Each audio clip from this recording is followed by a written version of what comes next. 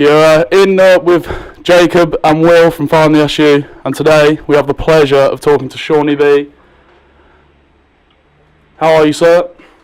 I'm good, not too bad. How are you? I'm pretty good. So, let's get some questions going. Yep. Biggest question that I want to ask you now is, what is the biggest issue facing dancehall at the moment?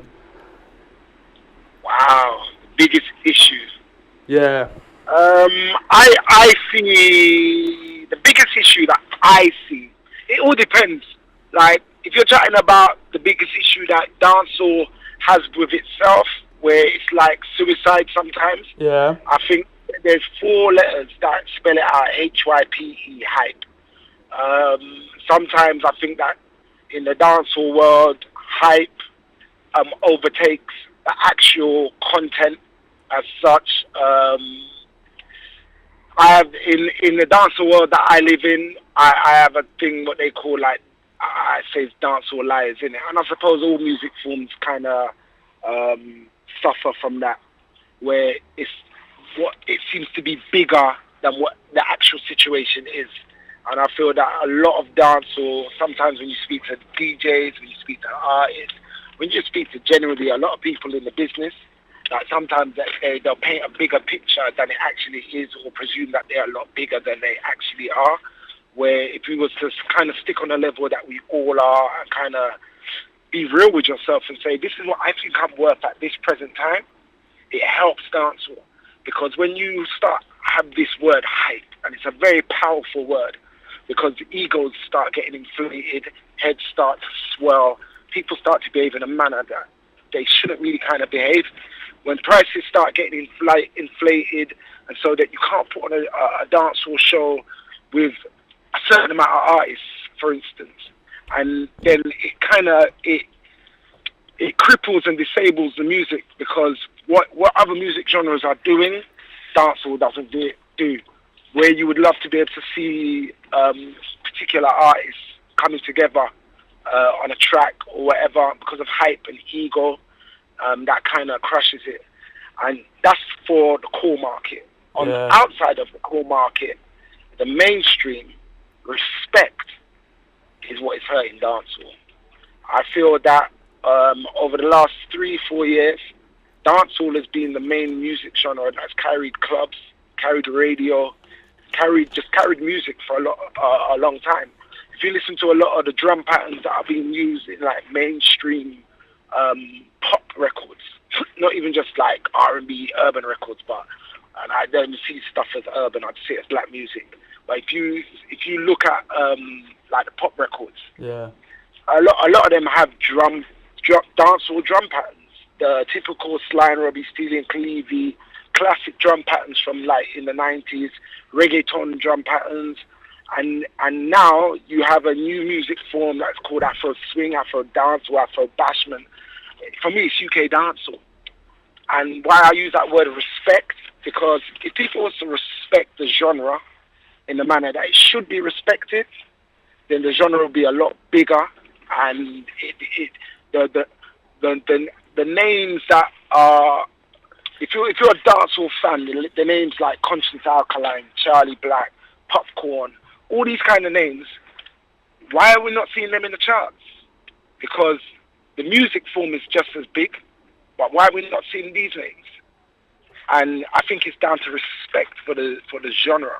Where others have just come in and just taken it and not even shown, hang on, let's use this person. For instance, if when DJ Mustard was like a massive producer in the hip hop and R&B circles, a lot of the MCs that you saw him use, when he went over to the mainstream with that sound and started to produce for some of the bigger names, he was using these MCs on these records for 16 bars. And that's how you see so many of these kind of rappers cross over to the mainstream.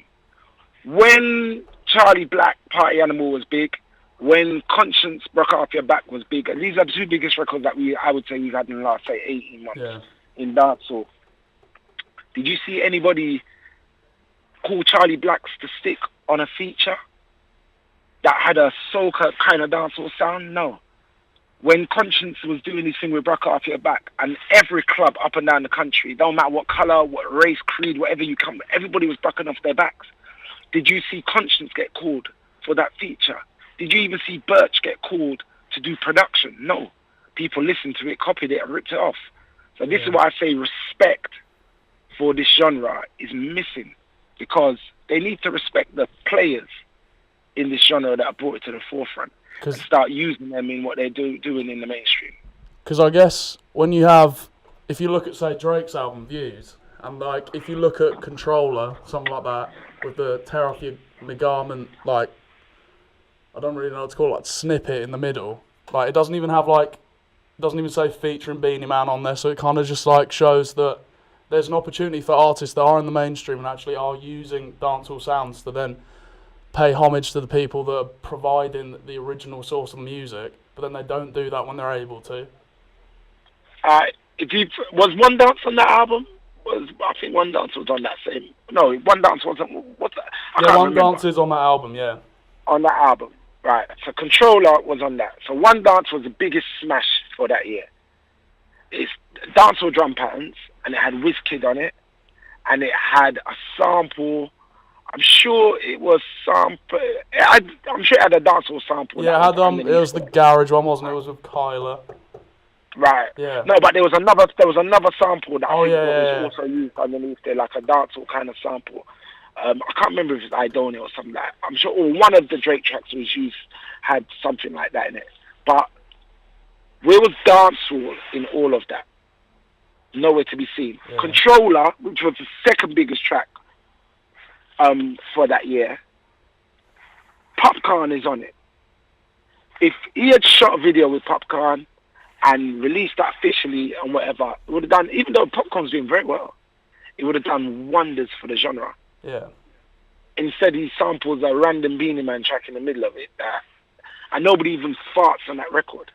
And this is what I'm chatting about, respect. Because would Drake have done that to another artist in hip-hop? Or, I don't know, maybe he has, maybe I'm just complaining about nothing here. But the two biggest problems for dancehall, I think, in the core is hype, and in the mainstream is respect. Yeah. So, another similar question, kind of leading on to what you're saying there. I think you kind of answered already, but do you see dancehall growing or declining in popularity as a genre as times continue? Because obviously it's had points, say with like Shabba Ranks before, where it's been verging almost on mainstream success, but hasn't quite reached there. So do you reckon it will ever actually get there as well? I think it has got there. If you look at the mainstream, the music is there. My son, well, not so much now, but my son used to buy, now that's what I call hits. I used to be like, I don't want you to be listening to certain tracks, so listen to that. The last one that he bought, 70% of that was dancehall. So, how do you categorize dancehall? Does dancehall have to have a dancehall artist on there for it to be dancehall? Or can it just not be the dancehall sound? Yeah, because I guess the question's more focused towards, do you reckon any Jamaican artists in themselves, as in ones that aren't necessarily trying to appeal to the mainstream, will be able to have big-time success? Because even though that question itself doesn't make that much sense, because you do have genres now that aren't necessarily, say if you look at like hip-hop, something like that, say like you've got names like 6ix9ine at the moment, who's like relatively underground, but they're still very popular, and I don't think they're necessarily trying to appeal to be mainstream. So do you think anyone that's, say, an underground dancehall artist will ever be able to be a household name in the UK? I think we do have the household names already. I think Popcorn is a household name. Yeah, I think Cartel is as well, to be honest. I think Cartel is definitely a household name. I think Alkaline is verging on being a household name. I think Spice is a household name. Like, what is mainstream? What is pop culture? If you've got numbers, then your numbers kind of count for themselves. These guys don't suffer. They ram out arenas. They do big numbers. They do their thing. And the thing is, anywhere you go, well, anywhere I go as a DJ, like I don't really fear much because for me it's an understanding. I would go into a club and I would see DJs play for 3-4 hours and can't play dancehall. And I know that for me, it's what I call easy food. I know I'm going to get easy food that night because I know the minute I start playing dancehall, that's when the party is going to start. Yeah. So why do we always keep sticking it to the back? It's down to that respect factor. Even soca right now, crazy numbers for some incredible artists. But will they ever get the playlist love that other artists be getting? Doubtful, because that respect, and there's a lot of ignorance that comes with it as well. The problem that dancehall and soca has is that it's seen as summer music. It's seen as carnival music. And so we wait for those periods to come around. The whole reason why we've started out our label with Brookout and everything is to take away that disrespect and put in a little bit of respect and say, listen, this music is not just summertime music. Yes, it comes from a summertime place, but it's not summertime music. This music gets played 24/7. The minute that the playlisters release the shackles, the people in power release the shackles, and don't get scared by somebody saying something in a Jamaican accent, because a lot of that is what it is as well. Because they don't understand the accent, they hide and run away from it, and this is the problems that we're facing right now. I think that the other issue that we've got is that the youth over here, there was so much choice for them to choose from musically. Like dancehall kind of was labelled as, that's my parents' music. Reggae and dance was my parents' music. And that's why you see a new wave of music coming around like every generation. But now it's coming back to roost again because Afro swing, Afro dancehall is dancehall. Like what these kids are doing right now, what the Afro beats guys are doing right now, like you grab any Afro beats record, you grab it. And I'll show you the dancehall references in there. I will show you the dancehall flavour that's in there. So, just Jamaica and dancehall and reggae from this little place has been so influential. Like, just think about how small Jamaica is and how much influence that this one little place has got. Yeah. I think it's an amazing story. Yeah. It's what you said there about, like, people being scared to almost play dancehall. When we previously spoke to Gabriel from the Heatwave, he was saying that he's noticed increasingly that when he goes to festivals and things like that, when he's playing music, dancehall's what people want to hear.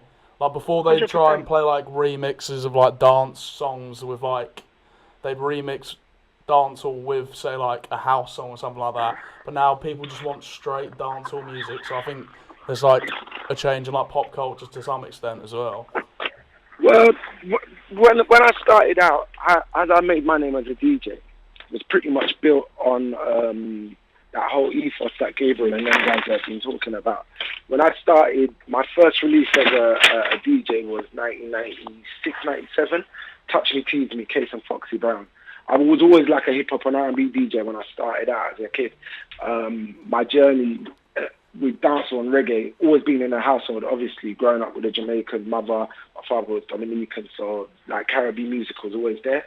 But I listened to Big Daddy Kane, Public Enemy, like that was all my kind of stuff. When I met some Jamaican guys, they told me, Shawnee, if you can scratch and mix like this, if you do it with dancehall, it'd be crazy. And that's how Seani B came about, the whole remix thing. So I used to use, even on my One Extra show, my very first One Extra show 15 years ago on the Mix Lab, like go and do the history. Like my show was a mix show that blended hip hop and dancehall together. So what I see happening now is like my baby that I built 20 years ago with this Case and Foxy Brown dancehall remix. I see it I've seen it fully grown now. And where we've gone from having to use remixes and mashups to introduce music to people in that kind of manner, Gabriel's 100% right. Like, I don't need to do that no more as such. I don't really do remixes like that anymore anyway, because I think that the music is now, the lines are so blurred. What I used to do as remixes are now just full-on productions, where you'll find an Afrobeats guy on a dancehall rhythm or a dancehall guy on a hip-hop track or a trap rhythm or whatever. So now, the reason why I think why this music has definitely come full circle. If you look at hip hop right now, trap is 140 BPMs, grime is 140 BPMs. A lot of that music is 140 stroke 70 BPMs. That's not a natural dancing pace.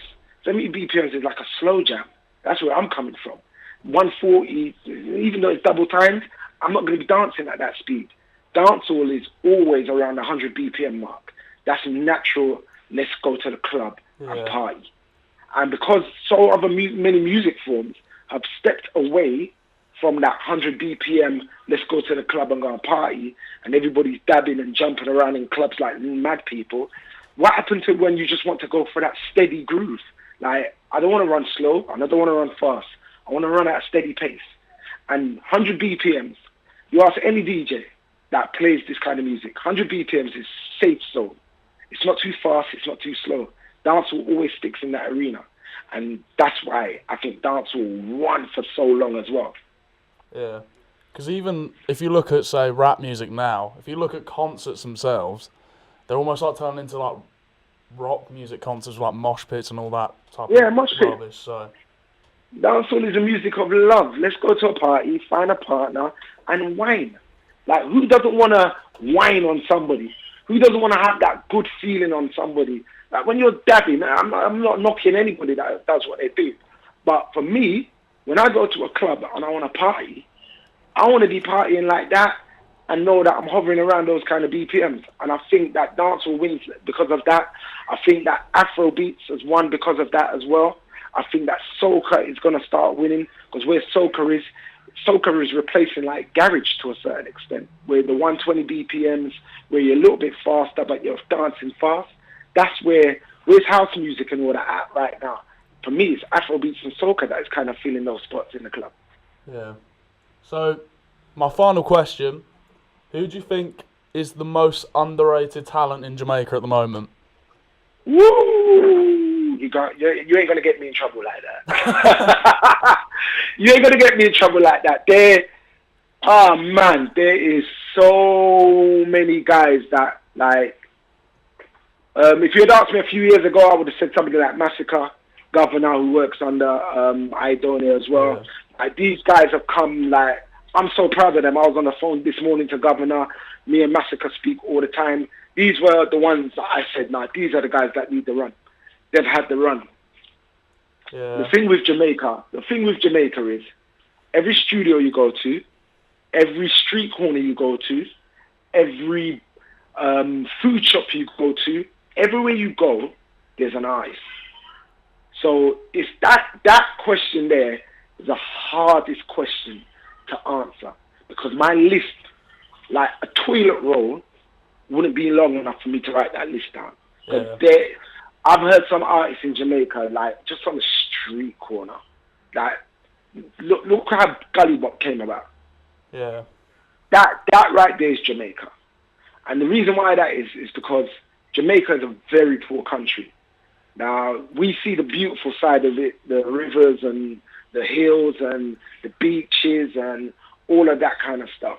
But when Damian Marley says, welcome to Jamrock, understand what he's talking about in that song. Jamaica is like a poverty-stricken, unemployment is high, sufferation. And there's only a limited amount of ways that people can make it out. And music is one of those ways. So people wake up in the morning, if you ain't got nothing to do, like the studio culture in Jamaica is, let me wake up and I'm sitting inside your front yard until you turn on your computer and start making beats, and then I'm going to start making songs. You'll find 10, 15 artists just hanging out for the evening at a studio. And then there's young artists there. So if you're a young artist that want to get through that studio door, you got to get through the big artists, which means that you have to be on point. That's why the turnaround of talent from Jamaica is incredible. Yeah. It's probably one of the only places that I go to, and I'm like, okay, what am I going to walk away with tonight? Because everybody's an artist, everybody's got an idea, everybody's a producer, because it's their way of getting out of the situation that they're in. Yeah. So that is a hard question to answer, I'll be honest with you. Like, I think the only way that you can like, if you listen to my radio show on a Thursday night, Yeah. every other week I'll be telling you, here's another artist that you got to look out for. And when I say you got to look out for them, I genuinely mean that you got to look out for them, because there's so much music that I listen to that I don't even get to play on the radio. So the ones that I do get to play on the radio, you know that they've gone through, like, the filtration system is ridiculous. And now that my show is now only 2 hours, that system of getting through to get on air is ridiculous. Yeah. It's ridiculous. It's Too many like- artists, too much music. If you look at, like, say, the Vegas mode rhythm, my favourite song on that is the Fully Bad one. And obviously there's so many big names on that rhythm as well. But it just Right. shows the level of, like, the talent that goes down. There's so, especially on that's like a recent one as well, obviously. But, like, there's so many good verses on that, so many good people going over that it's just mad. When you listen to, especially, like, one of the bigger rhythms, it's kind of crazy just to listen to how many good artists there are. And Fully Bad is, like, he's at the bottom of the pile on that rhythm, really and truly. Like, there's so many Beanie Mans on it, Bounty Killers on it, I-Octane, Agent Sasco, Shano, who's definitely coming through right now. Like, if there's somebody for people to look out for 2018, Shano, I've been messing with that dude from, like, 2003. He was a school kid when I first met him in Jamaica, and he had a big record on the same rhythm as Sean Paul's Temperature. He had a massive record in Jamaica at the time called Lightning Flash, and he literally came from school with his backpack on his back and came and linked to that studio. But now, 15 years on, after doing lots of writing for people and being a ghostwriter and whatever, he's kind of put himself at the forefront, and he started to make a name for himself. So for 2018, if there's a tip, Shano. Big. Thank you so much for this, Shawnee. It's been amazing to talk to you. My pleasure. No problem at all. Thank you Keep so it much. dancehall and keep fighting that fight, you know what I'm saying? Will do. Been a pleasure to talk to you. Bye. Nice one, Jacob. You take care.